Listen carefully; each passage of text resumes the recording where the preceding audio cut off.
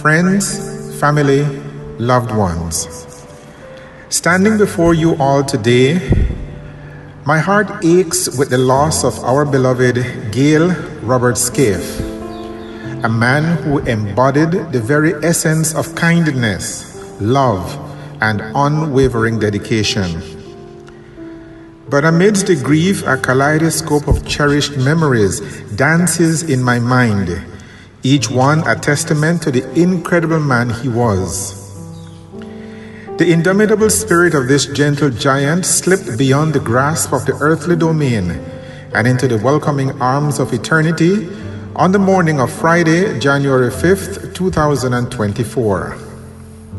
As his widow of 7 decades, Miss Donna so eloquently puts it, the nurses bathed him the night before, and he went to sleep and never woke up this side of heaven. He died peacefully, having lived a full life. His was a life that touched many over the course of the 9 decades he was blessed to be with us. I met Gayle a while back, must have been about 15 years ago, when one of his tenants, a friend of mine, invited me for a visit to the then Cushlinha resort. Our first meeting was a bit awkward. I guess that is the way it is when two strong-willed persons meet.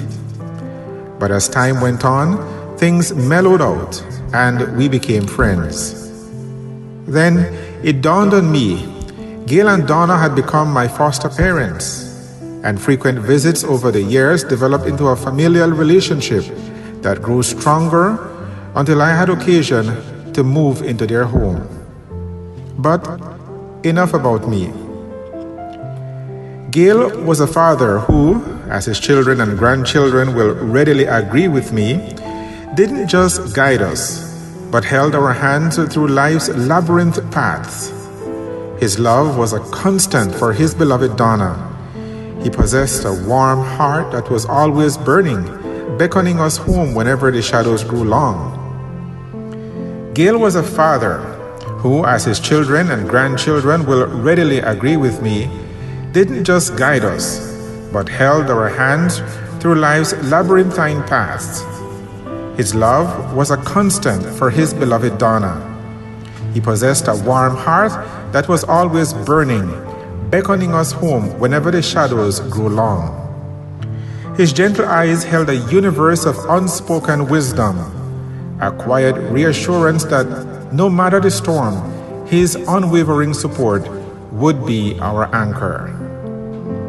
His hands, calloused from years of honest labor, were never too busy to offer a comforting pat, building a towering sandcastle or mend a broken kite. He taught us the value of hard work, that dreams and aspirations were built brick by brick with effort and determination. Yet, in his work ethic, there was no room for selfishness. He instilled in us the nobility of service, of lending a hand without expecting anything in return.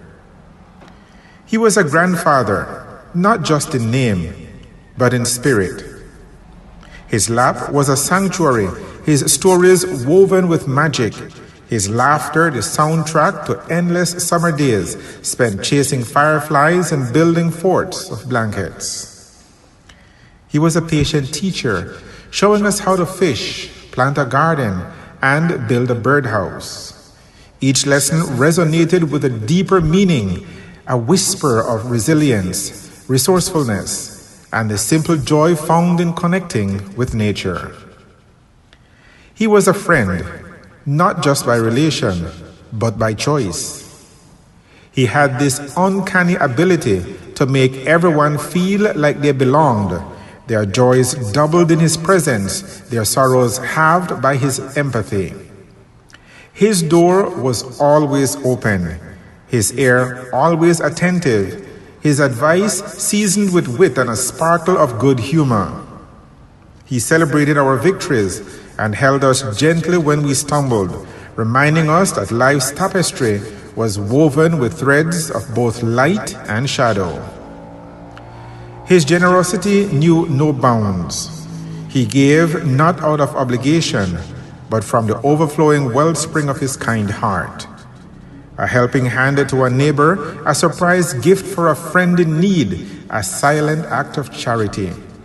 These were the hallmarks of his spirit.